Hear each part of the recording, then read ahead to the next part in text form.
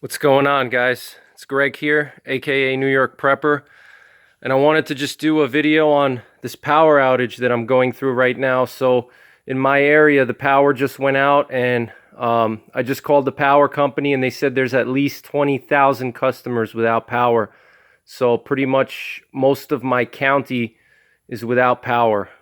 There's some severe storms coming through the area right now.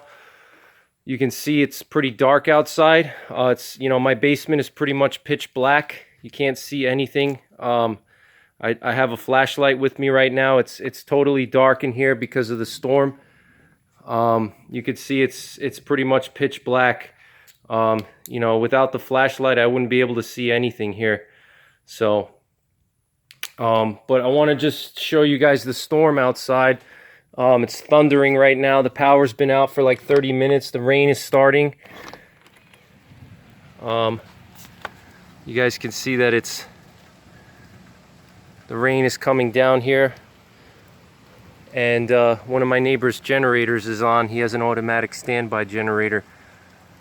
But what I want to say was, in my videos, I talked about the heat wave and how the heat wave could bring about power outages because of people overusing ACs, and because the heat wave is so widespread. The heat wave is all across the United States. So you have 330 million people in the US, and if even 50% of the people in this country are under a heat wave, that's a problem, because all those people, 150 million people, are going to be running their ACs, especially now with the pandemic. Everybody's home. So people have a tendency to run the ACs that normally they would just be in their office at work or wherever they work, so they wouldn't have to turn their ACs on. So that puts a tremendous strain on the power grid, but also, the hot weather, the extra temperatures, the higher temperatures, and the higher humidity can... I don't know if you guys could hear that. You hear the thunder? So the higher temperatures and the higher humidity during a heat wave can spawn thunderstorms and tornadoes, because thunderstorms and especially severe thunderstorms and tornadoes, they need very high temperatures and very humid conditions for them to really get strong. That's why a lot of the really strong tornadoes and strong thunderstorms are usually... You hear that, guys? The strong tornadoes and the strong thunderstorms are usually in the south, because in the south it's very hot or it's very humid, and I told you guys in the live stream last night, I said be ready for severe storms, be ready for power outages, and people thought I was causing hysteria. I had people on my leaving comments saying that I'm fear-mongering and that I'm causing hysteria. And look, is this hysteria to you? I pretty much predicted this would happen. And I don't think that, using common sense is considered hysteria, okay? If I see a giant rock that's rolling towards me and it's about to crush me, and I'm telling people to move out of the way because they're going to get crushed, that doesn't make me hysterical. That means I'm trying to help people, So, don't listen to all those anti-preppers out there. And I'm going to do a separate video on what I call anti-preppers, because there's people, what I call them anti-preppers. And these are people that basically hate preppers. They think preppers are stupid and crazy. And they think that, everything is perfect and the power grid will never go down and there will never be any problems. The grocery stores will always be stocked. And if you think otherwise, then you're a nut job, or you need to get a life and focus on more important things. And those are what I call anti-preppers, guys. Don't let the anti-preppers stop you from prepping. Don't let them get into your head, okay? Because that's what they want to do. They want to get into your head and manipulate you so you don't prep. And a lot of that could also be jealousy. A lot of these anti-preppers are not prepared, okay? They're not prepared people. They don't have the preps that they need. And as a result, if they see that you're prepping, they're jealous. So they want to tear you down and they want to bring you to their level. So don't let them do that, guys. Don't listen to the anti-preppers, all right? Continue focusing on your prepping. Don't let people steer you away from it, because as you see, I was right when everybody said I was wrong. Same thing with this lockdown. I was telling people that we're going to get locked down, and nobody wanted to listen to me. They thought that I was crazy. They said that I was fear-mongering, that would never happen here, that, you know, lockdowns only happen in China. And look, we've been locked down since March, okay? Businesses have not fully reopened everywhere, only in certain areas, certain states like Texas or something. But, you know, don't let the anti-preppers steer you wrong. So, you know, just focus on your prepping, and, you know, listen to your intuition, okay? If your intuition is telling you something, you know, don't ignore it, okay? If you believe that something bad is going to happen soon, don't ignore it, okay? Don't let somebody talk you out of prepping, all right?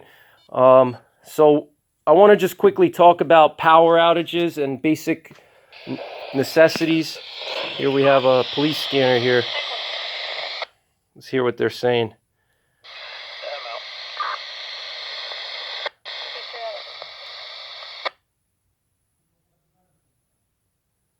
This is just the sheriff's office, local sheriff's office, car to car.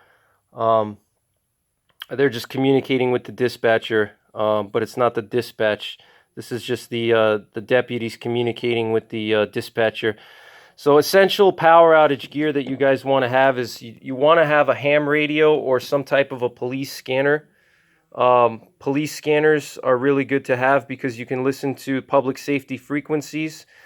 And here I'm just scanning some pre-programmed channels. That's why you see the letters flickering. I have my 3 local sheriff's offices here, my county and the next county above me. And I'm scanning the frequencies to listen to the dispatchers to see what's going on with the storm and where the power outages are, and get more intel on the situation, all right? Because the power company is not going to tell you exactly where the power is off. They're not going to tell you that there's a tree down on such and such road, or what the situation is. And you can get a lot of intel by using a police scanner and listening to 911 frequencies, all right? So here I'm just scanning my local frequencies, and what I'm listening for is reports of trees down or reports of power lines in the roadway. And that will pretty much tell me what the situation is and how bad it is, all right? If I'm listening to the scanner and I hear like 10 or 20 calls of trees down all over different places, then I know that it's a pretty widespread power outage, and I know it's going to take a little while for them to fix it, right? Because if there's multiple trees down... Oh, here we got one right here. Let's listen to this. Bit of a language barrier here, but I do have the homeowners, and it was accidental or possibly caused by the weather. All right, so something with a power break there. Possibly someone caused the power outage. Maybe they were excavating. But so you can listen to your scanner, and you can listen to how many power outages. You know, it'll give you a lot more intel than what the power company is going to tell you. All right, the power company is not going to tell you everything, you know, because they know that they just physically can't do that. It's not their job. So they're not going to tell you there's a tree down over here, there's a tree down over there. So when you listen to the scanner, it'll tell you, you know, or if you have a ham radio, like this is a ham radio here, which has a multiple other survival functions besides just listening to frequencies. I can also communicate with people. I can communicate on pretty much any frequency with this ham radio here. I can communicate even on walkie-talkie frequencies. I can set the frequency on this, and I can communicate with, let's say I have a friend of mine.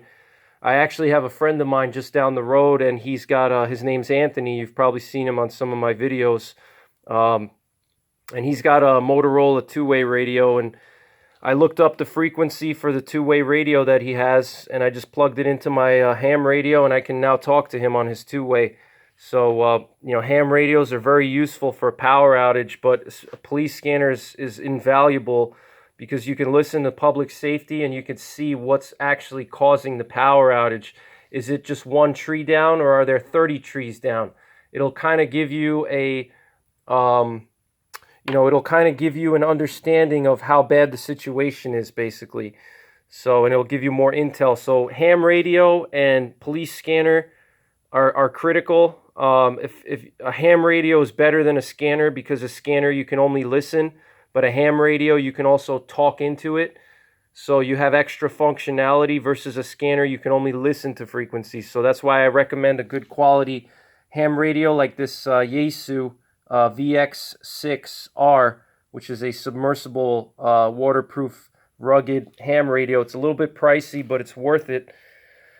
So get yourself a ham radio for power outages. Obviously, you want to have a good quality flashlight with spare batteries. You want to have at least a couple dozen spare batteries. You know, I have like probably 20 spare batteries from my main tactical lights, and they're rechargeable batteries as well, so I can easily just swap around and swap between different lights. You know, and another thing too is you want to have a lantern. Okay, here's a lantern that I have. I've done a review on this one. This is the Streamlight Siege. Let me just get it to a lower thing. So we got a call here.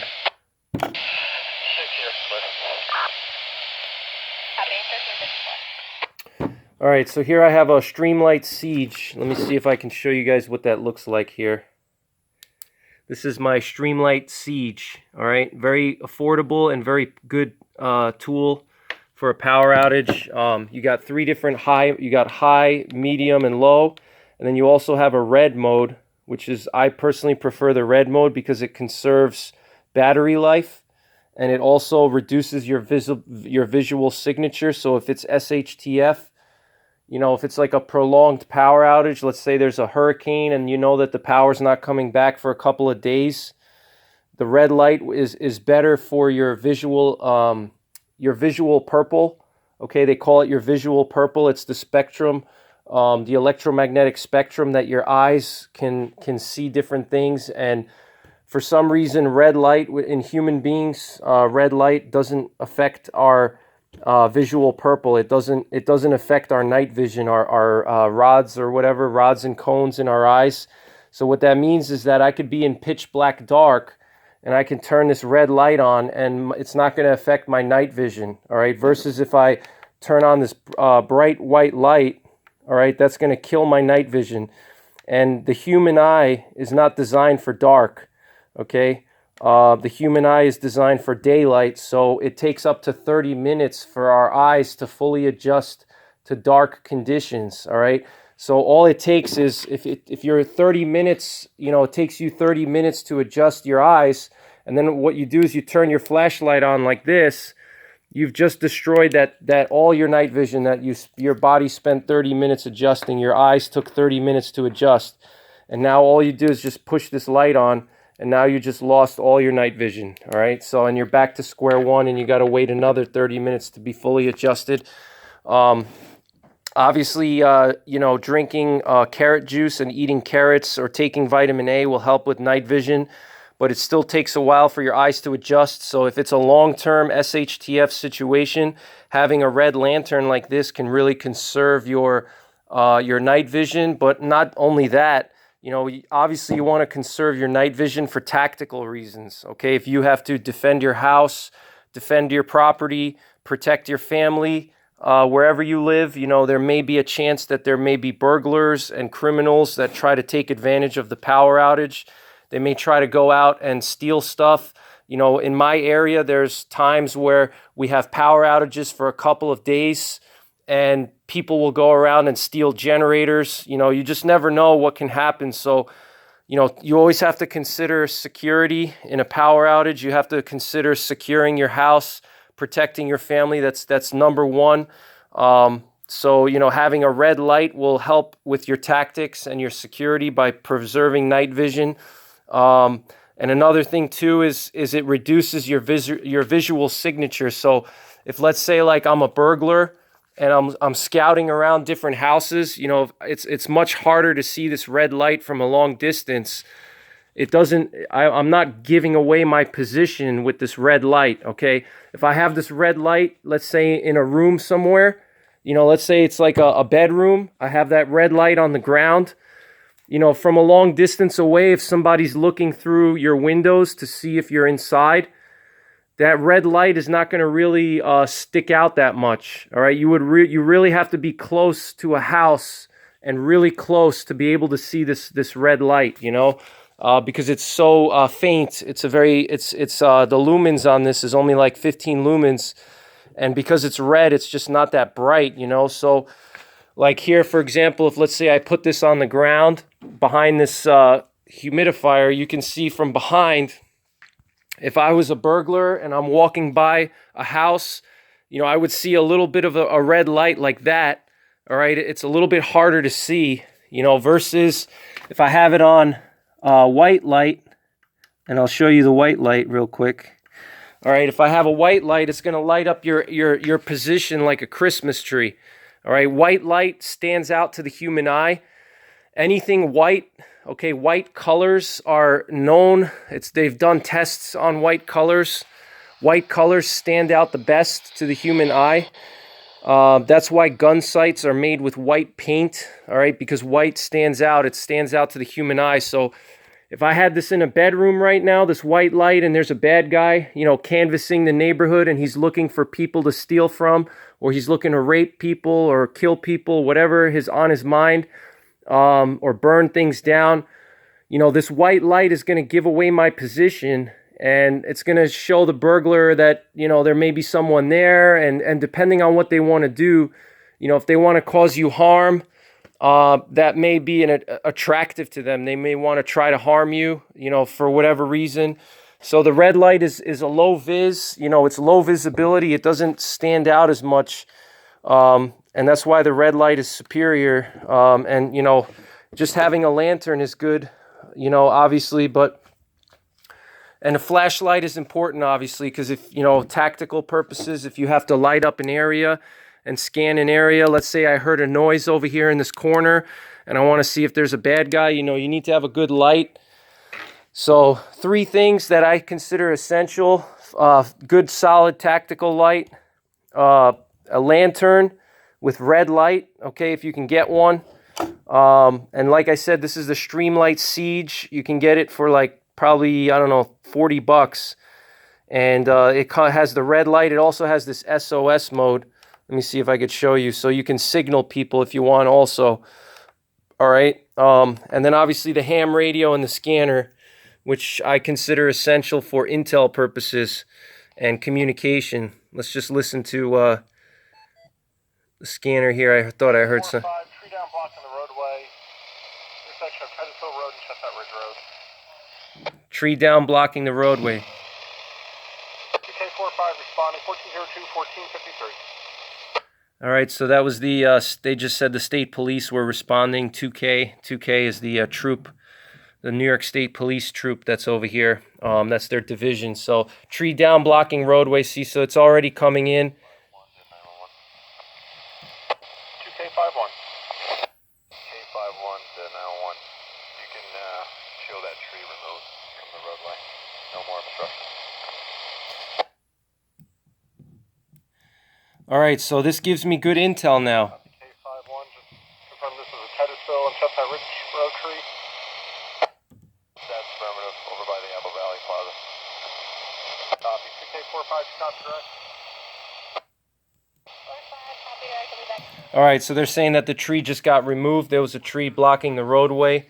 All right, so it's critical for intel. And so another thing you want to have is water.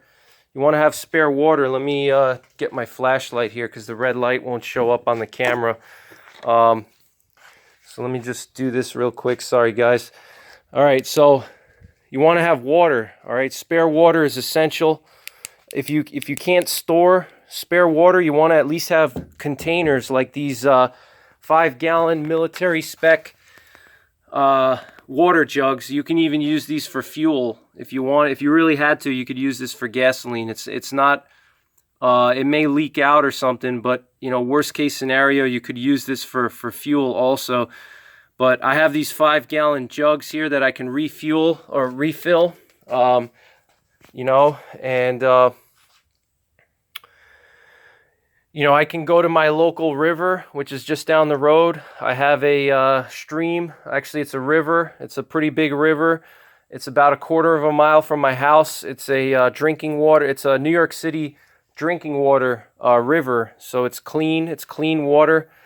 You know, I can go there and refill water. And why would I need to refill water? Because even if you have a generator, okay, just because you have a generator, what if the generator fails and you can't get your water back on? You know, like me, I have a well and I need my generator to turn my well on. And if my generator fails or I run out of fuel, okay, because generators will guzzle gas. Any of you guys that have ever used generators, the generators will guzzle gas, okay?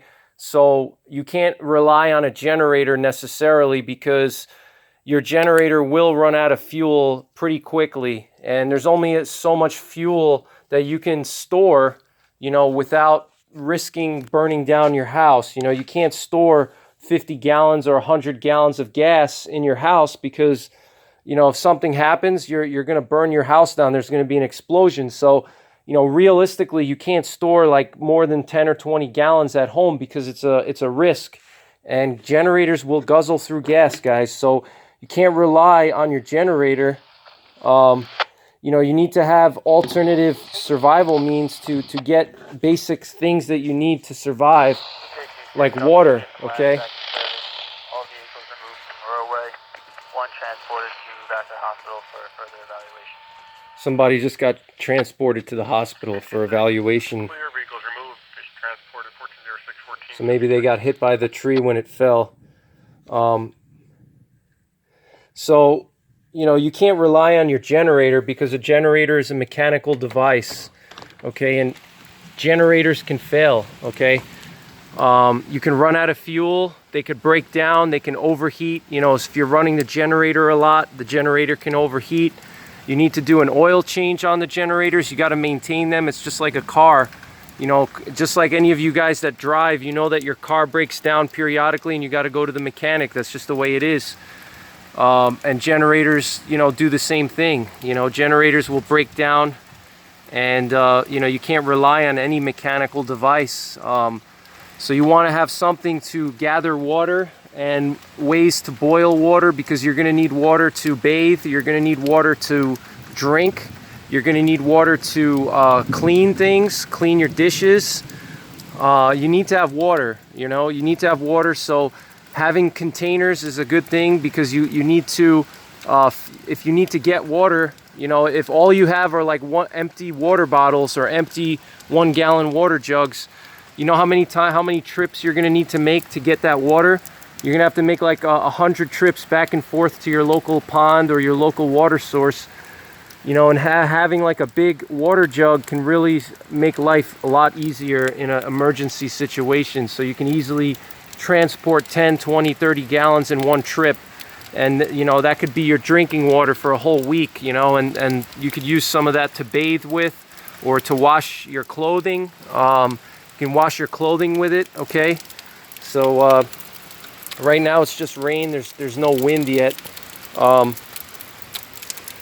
All right, so have something to gather water with. Obviously, you want to have food storage. Food storage is essential. You obviously want to have food. And another thing that a lot of people don't talk about, and I'll talk about because I used to cut firewood to make money, and that's a chainsaw. Okay, here I have my steel Farm Boss, which you know, I've actually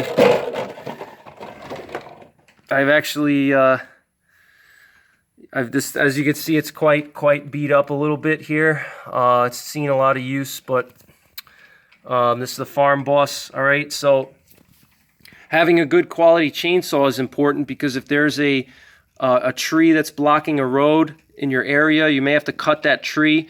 You know, by the time the highway department comes out and clears it out, it could be a while, depending on, you know, where you live. And if you live in a more rural area, the highway department's going to take time to go around and clear out the trees. So you may have to do it yourself. And that actually happened to me when I first moved up here. There was a big storm just like this one. It was also in July. It was in July just like now, and a huge oak tree, it was like a 3-foot diameter oak tree, got taken down by the wind, and it blocked the road here. Nobody could get in or out, and you know, we had to go, me and my neighbor had to cut the tree up. Fire, available Camp Patrol, 43 Cottage Drive, between Cottage Road and Salem Road, for a possible hazard within the residence. Some kind of hazard within the residence. I don't know what that Normal means. fire and available Camp Patrol, 43 Clubhouse Drive, between Cottage Road and Salem Road. Possible electrical hazard within the residence. Oh, electrical hazard. 1409-419. Okay, see, electrical hazard. All right. That's why you guys need to prep, okay? Nobody listens to me. That you guys think I'm hysterical, but you know, this is what happens. So back to my story. So, you know, this big oak tree fell down and it blocked the roadway here, and me and my neighbor had to go and cut the tree up. And you know, it probably would have taken the local town, my town probably would have taken them, you know, at least 2 or 3 days to come out and cut it, because it's, you know, a pretty big town, and there were a lot of trees down, and you know, it takes time to cut a tree down. If there's like 30 trees that are down, you know, it takes at least a few hours just to cut up one tree, especially if it's a big tree. So you know, they're not going to get to your area until they get the other ones too. So you know, you have to have some ability to clear out trees, and you know, you need to have the road clear just in case, let's say you need to go to the hospital, or for whatever reason you have to get out of your house. You want to have a clear roadway, right? So and here we have an electrical hazard. Somebody has an electrical hazard in their house. You know, another thing too is fire extinguishers. Fire extinguishers are very important if there's a power surge. You know, you could have a fire, you know, if there's too much electricity and it surges through the outlets, you could have a fire in your house. So fire extinguishers are very important. You know, so, but these are just very basic prep items, guys. I mean, just having a couple of jugs of water and a ham radio, you know, and a flashlight, a lantern, fire extinguisher. These are simple preps that could save your life and really help you make your life a lot easier, and they don't cost a lot of money. So we've got another call here. Let's see what this one is. 112 Kent Police, Interstate Propane 251 Route 52, across the Horse Pound Road or Lake Trail on a 911 hang up. 911 hang up. Police, Interstate Propane 251 Route 52. It's a propane, some kind of propane company. On callback, there is no answer or voicemail system. It just keeps ringing. Okay. 1412. All right, guys. So that's pretty much it. Hope you enjoyed the video. Stay safe, and remember to be prepared for, you know, with this heat wave, we could have blackouts and brownouts and things like that. You know, like I said, chainsaw or some kind of wood cutting tool, flashlight, lantern, containers to get water from a local water source, ham radio. You know, those are some basic items that really can make your life easier. All right, so thanks for watching, guys. Take care, God bless, and don't forget the 3 P's: prepare, practice, and persevere. Oh, thunder. There's the thunder.